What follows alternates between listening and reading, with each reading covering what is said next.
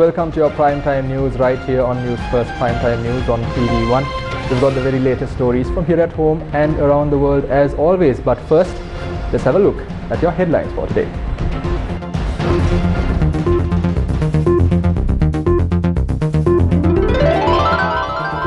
Army commander says no decision to impose restrictions during long weekend. Weddings to be prohibited if relaxed restrictions are misused. Frontline Socialist Party to enter discussions for a political change. බලාපොරොත්තු වෙනවා ජනතා විමුක්ති පෙරමුණත් එක්ක දෙමළ ජාතික සන්ධානය එක්ක ශ්‍රී ලංකා නිදහස් පක්ෂය සම සමාජ පක්ෂය කමියුනිස්ට් පක්ෂයත් එක්ක මේ ඉදිරි දින කිහිපය ඇතුළේ අපි ඔවුන් සමග සාකච්ඡා කරන්න බලාපොරොත්තු වෙනවා. Opposition leader says people will decide on MPs who voted against the no confidence motion. ඊයේ දවසේ 3-2කින් පාර්ලිමේන්තුවේ മന്ത്രിවරු කියා සිටියා තෙල් මිල ඉහළ ගමන එක හොඳයි කියලා. ඒ ඔක්කොම ආණ්ඩු පක්ෂේ.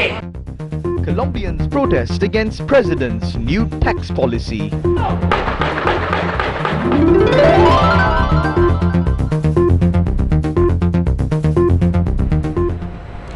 Now, Army Commander and the head of the National Operations Center for the Prevention of COVID-19, General Shavendra Silva, says that no decision has been reached as yet to impose travel restrictions over the upcoming long weekend.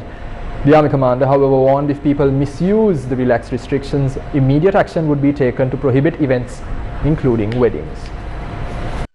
The Delta variant has emerged from certain locations of the country. It is therefore our decision to ensure that we act responsibly to ensure that we do not contract COVID-19, even against a backdrop where multiple Delta variant cases have been identified. Reports have also surfaced of certain relaxed restrictions being misused, especially in the case of weddings. Although weddings have been kept with a maximum attendance of 150 attendees, there have been instances where weddings were held with the participation of much higher numbers. In the past, such events gave rise to COVID-19 cases. If such a situation arises, we will be forced to restrict them once again. No decision has been made as yet to impose travel restrictions. However, such restrictions can be imposed at any instance.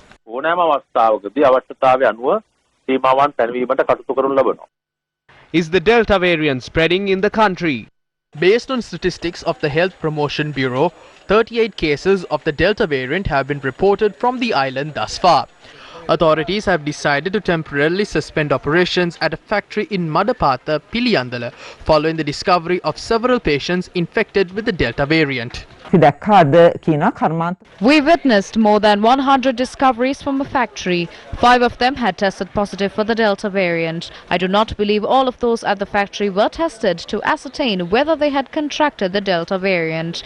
5 must have tested positive out of the people who were tested. We cannot identify a person with the Delta variant through a PCR. We know whether they are COVID-19 positive or not. As it stands, the vaccination rate is not at a stage where we can assure the people will be protected from the virus. I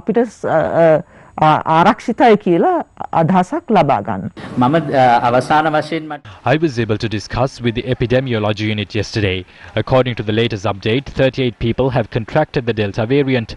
Several suspected cases were being tested, while their close associates have been directed to quarantine. What is the status of the vaccination drive in Sri Lanka? Inoculations were conducted at several areas in the country today. Vaccinations were conducted today at the Pallava College in Murutalava under the supervision of PHIs of Yatinuwara. Army Commander General Shavendra Silva said authorities were hopeful of concluding vaccinations to those above the age of 30 residing in the Colombo district. He added 11 million vaccines have been imported to Sri Lanka. Sri Lanka is expected to take delivery of another 2 million doses of Sinopharm vaccine tomorrow, raising the total number of Sinopharm vaccines in the country to 9.1 million. Most adults assume that if a vaccine is administered, they are fully immune from the virus. There is protection from contracting the virus, but the main problem is that it would not be sufficient to prevent them from transmitting the virus. If the virus enters the respiratory system, it could remain within their body for a day or so. During that time, they could spread the virus.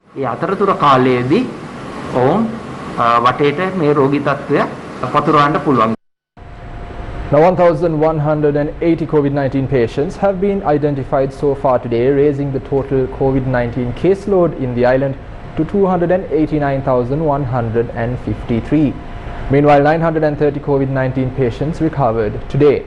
Total recoveries in the country stands at 263,758. 3,870 COVID-19 related deaths have been reported from the island thus far.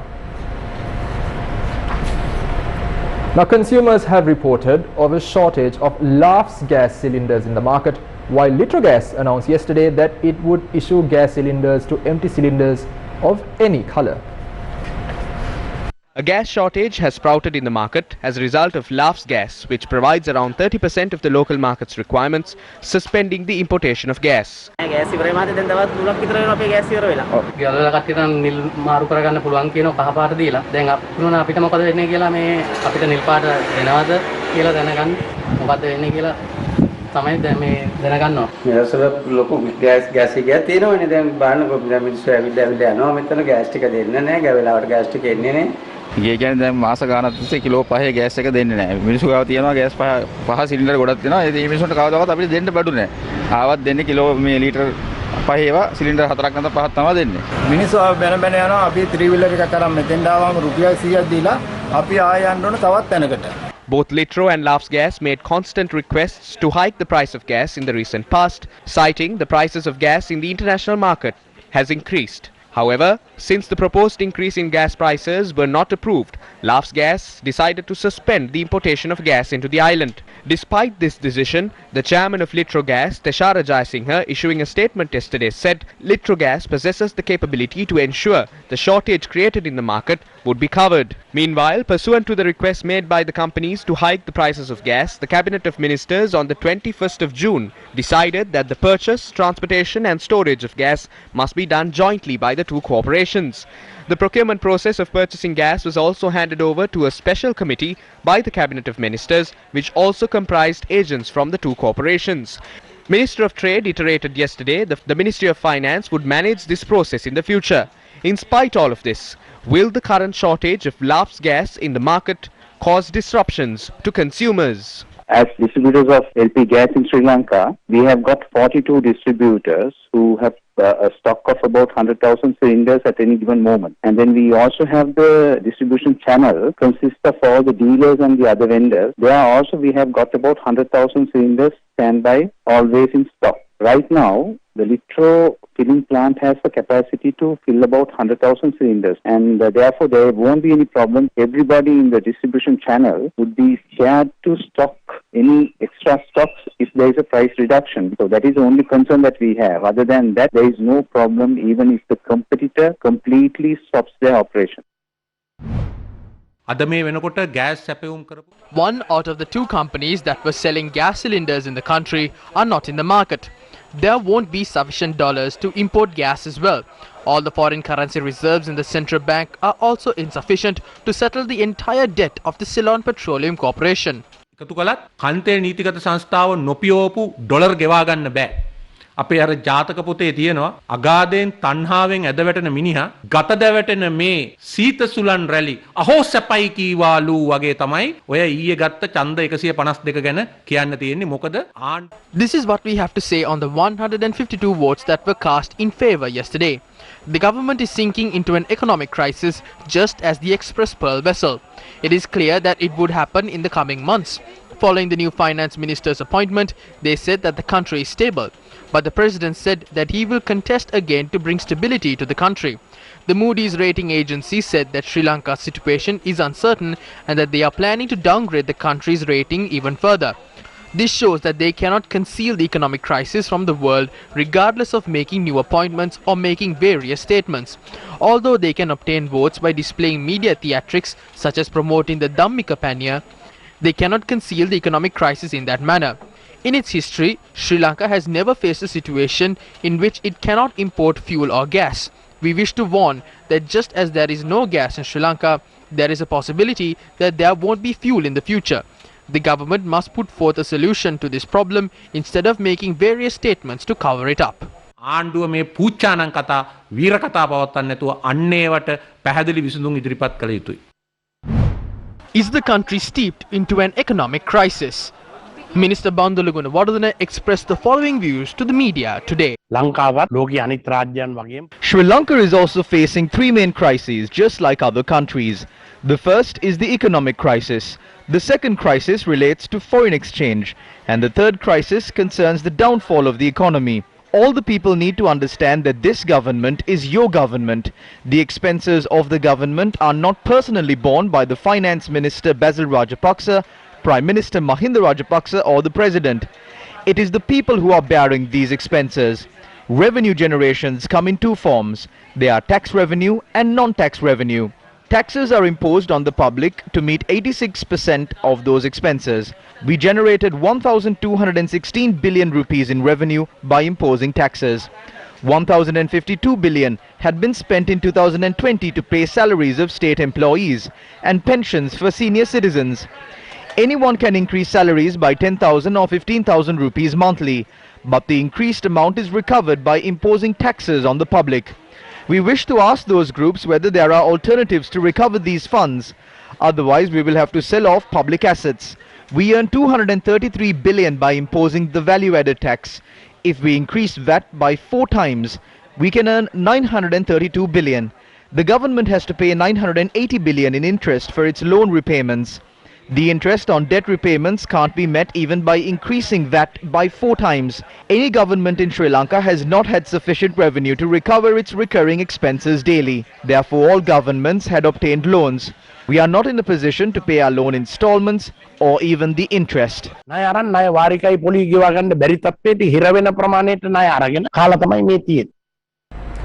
event was held to declare open the National Sandalwood Garden spanning 9 acres yesterday.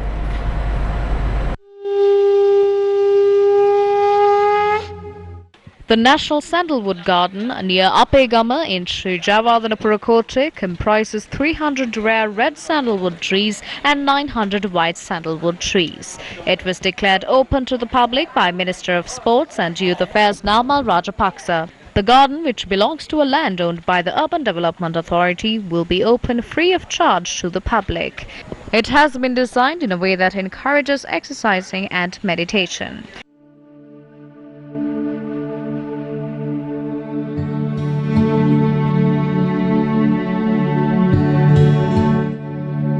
Musical concerts and cultural events can be held at this location.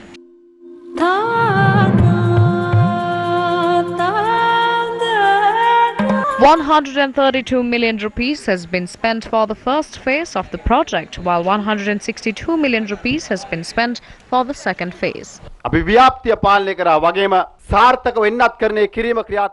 a government, we have taken steps to curb the spread of the virus, carry out the vaccination drive successfully, and to establish economic and social security. When highways and houses are being constructed, along with railroads and expressways, when Minister Bandula Gunawardena is taking steps to transform the country into a food exportation hub, and when Minister Gamani Lokuge is taking steps to extend the railway line passing Beliatta until Kataragama, I believe that the country will become South Asia's fastest developing nation under the presidency of Gotabaya Rajapaksa.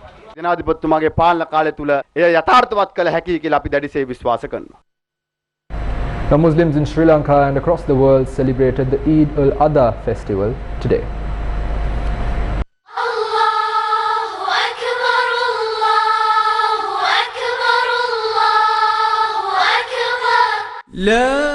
The Eid al-Adha or Hajj festival is celebrated on the 10th day of Dhul Hijjah, which is a month in the Islamic calendar. The festival is held to mark the sacrifices made by Prophet Ibrahim during his lifetime. The Hajj religious pilgrimage to Mecca is carried out on this month. But this year's Hajj pilgrimage was held with a limited number of devotees under strict health guidelines due to the COVID-19 pandemic. Other Muslim devotees attended prayers in mosques today by observing health guidelines, visiting relatives, helping neighbors and friends, and remembering the deceased are some key activities carried out on this day. Now, moving on, a protest was held today marking 27 months since the April 21st attack struck the country. The protest was organized by the Negombo Citizens Alliance. Protesters marched from the Baldia junction to Katopitia to the Pallia junction, demanding justice over the bombings. They demanded authorities to conduct transparent investigations and to initiate legal action over the incident. The main objective is to identify the mastermind behind the attacks. Otherwise, we wish to state that the country is in danger. We take this opportunity to state that we will continue to stand with the people, rise with them, and continue to act on behalf of them. After this, we will go to Katuapetia and then speak to the people on whether we should continue being patient when solutions are not given. We must find out who gained political mileage through the attacks. That is where the mastermind would be. That is where the conspiracy also lies. Now we are trying to assemble the people of Katuapitia and question the Cardinal on what should be done if the government doesn't respond to these concerns favorably. Regardless of who gives up, we will take continuous measures to prevent such incidents from occurring again. Following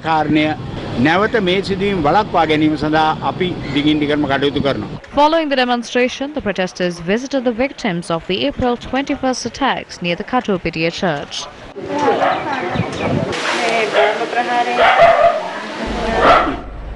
Now, opposition leader Sajid Premadasa has said that the people will take a decision on the MPs who defeated the no-confidence motion presented in Parliament yesterday.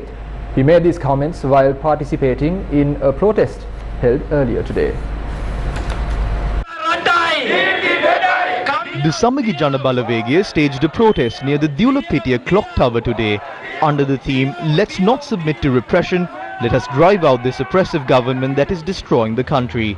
The protest, led by opposition leader Sajid Premadasa, was attended by several MPs representing the Samagi Jana Balawegaya.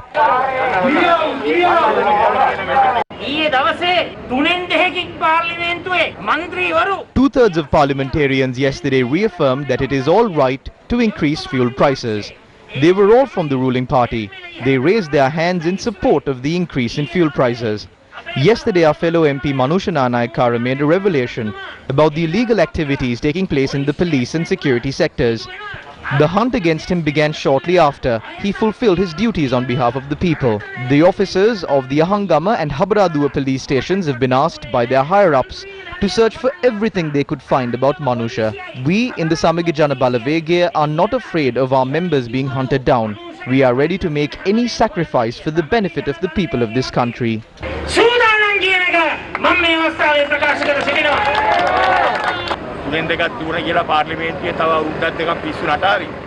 It is the people of the country that will defeat this government that is acting on their own whims in Parliament with only 2 years left. The people of this country will defeat them at the right time.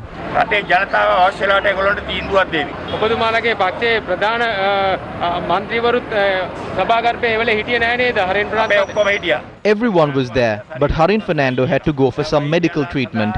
Everyone else was present.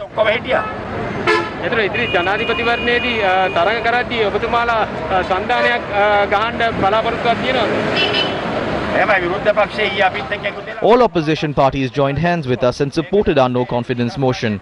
We are confident that everyone, except for Ranil Wickremesinghe, will stand with us in the future elections to defeat this government.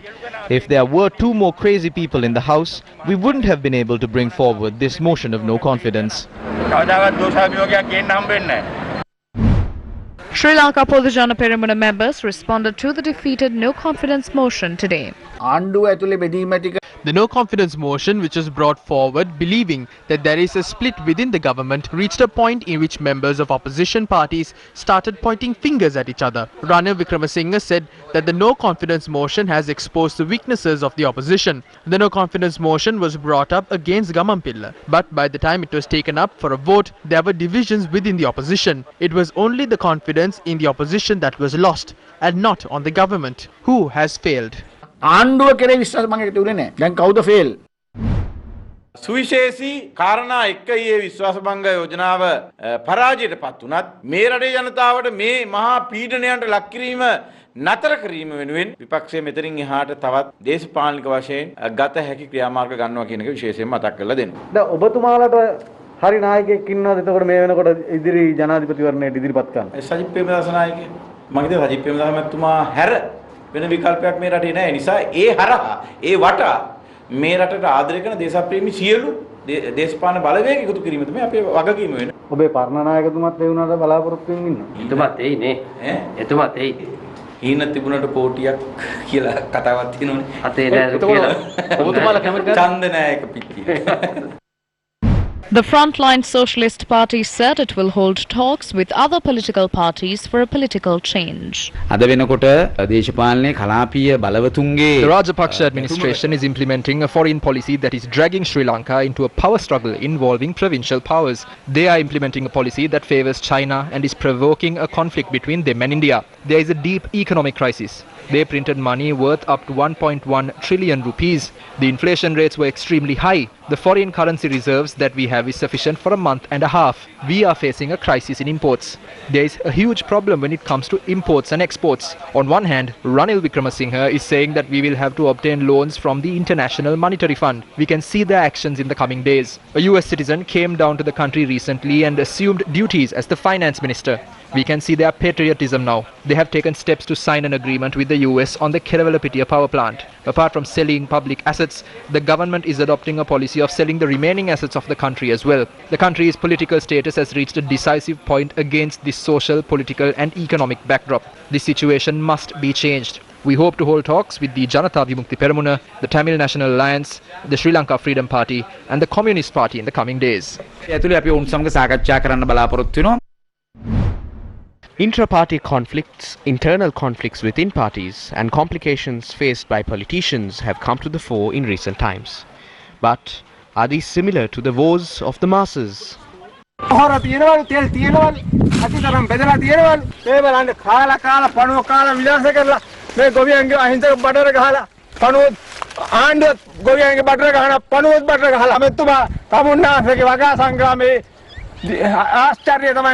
මේ ඉන්න මේ සලබයා මේ ගෝවා වගාව විනාශ කරන්න එන කෘමියාගේ සලබයා මේ සතා විනාශ කරන්න තියෙන නිසි කෘමිනාශකේ අද නෑ වෙලඳ පොලේ ගන්න. උපදේශක මහත්තුරුන්ටයි මහින්දානන්ද ඇමතිතුමාලාටයි පාර්ලිමේන්තුවේ කැන්ටින් එකට අරන් ගිහින් දෙන්න ඕන මෙන්න මේවා සුප් හදලා බීලා බලාපල්ලා කියලා. This is merely one of many hardships faced by farming communities in Dematavawa and Kudagama in Thamuttegama.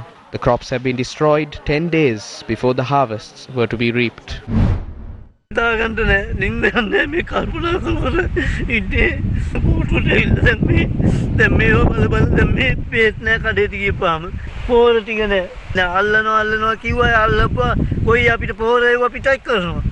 හැමතැනම අල්ලවුවා කියනවා.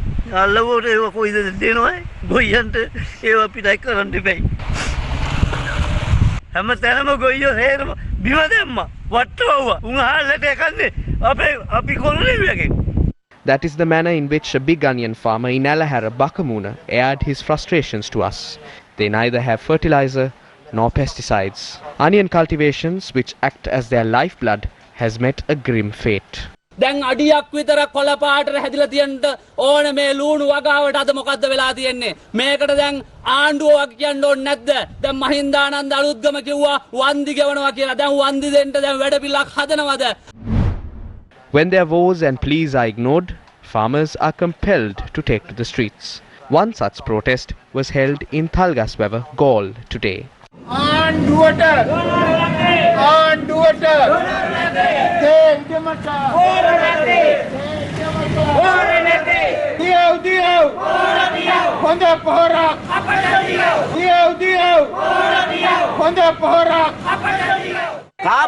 The government will end the use of chemical fertilizer before starting to produce organic fertilizer. What will happen with it is that the tea planters will move away from tea cultivation completely. Therefore, we ask that the rulers not to make short-sighted decisions and hand over our share of the tea market to India, China and Kenya.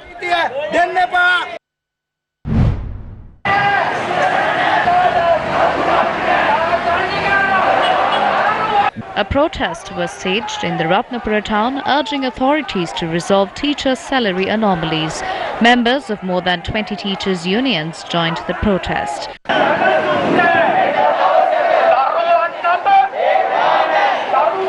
The protest march through the Ratnapura town caused some traffic congestion. Demonstrations converged on the town centre where union leaders aired their grievances.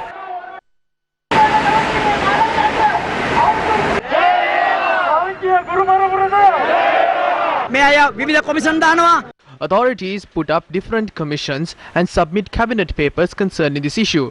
No matter how many papers they submit, we are yet to receive the salary we requested. This time around, if they fail to meet our salary demands, then it is the teachers and principals who will decide when schools will reopen. පාසල් ආරම්භ කරන දිනය තීන්දුව කරන්නේ මේ රටේ ගුරුවරු විදුහල්පතිවරු.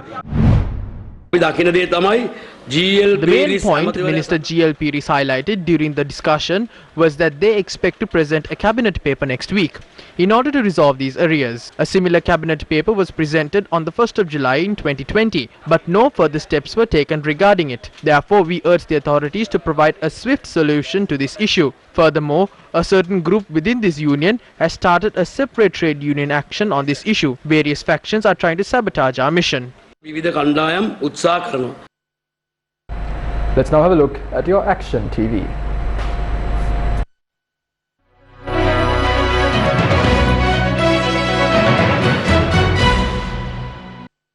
The chairman of the National Gem and Jewellery Authority has said that the police will report facts to court tomorrow regarding the sinking of the authority's head office.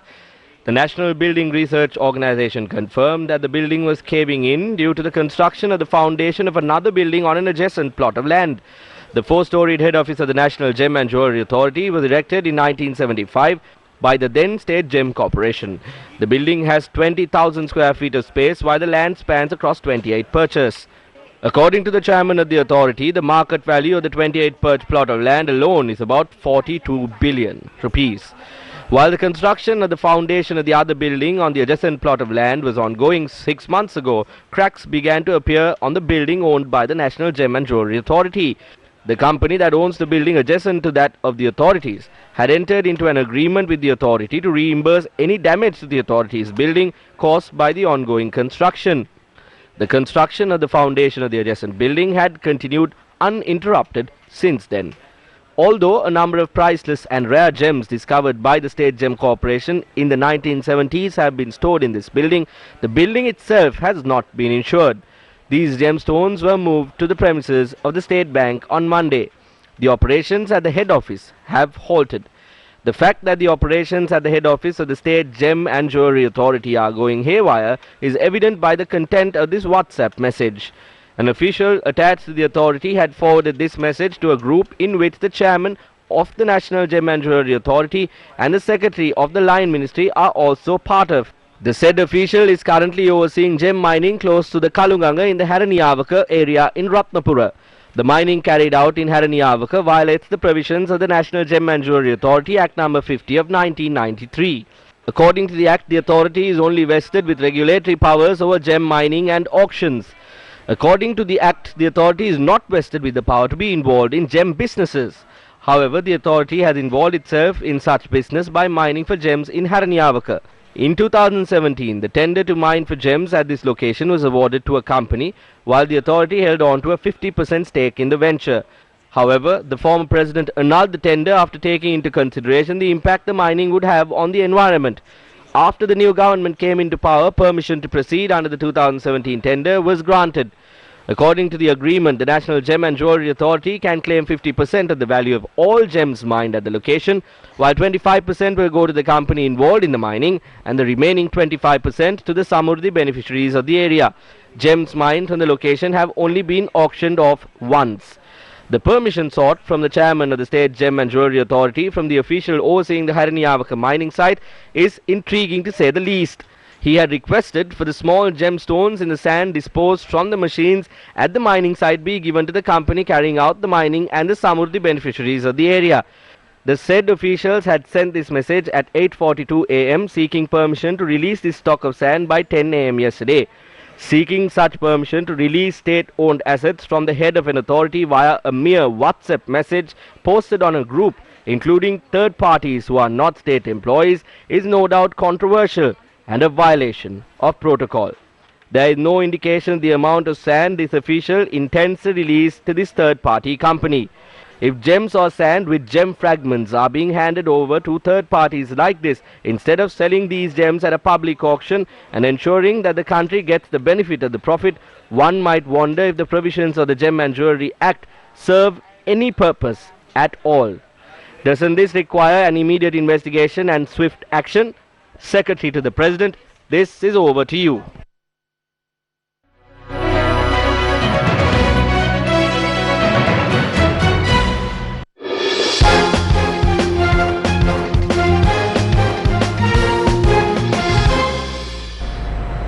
Now in your sports news, India sealed a one-day international series win against Sri Lanka with one game to spare yesterday.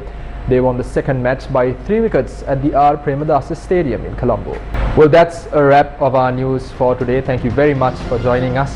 Don't forget, if you missed out on any stories you want to follow on, you can also watch this news bulletin on YouTube. You can also check out our award-winning website www.newsfirst.lk and our Facebook, Instagram and Twitter pages for the very latest. On behalf of the Newsfirst team and interpreter Brian Cruz, I'm Deshan Gonawala. Have a great night. God bless.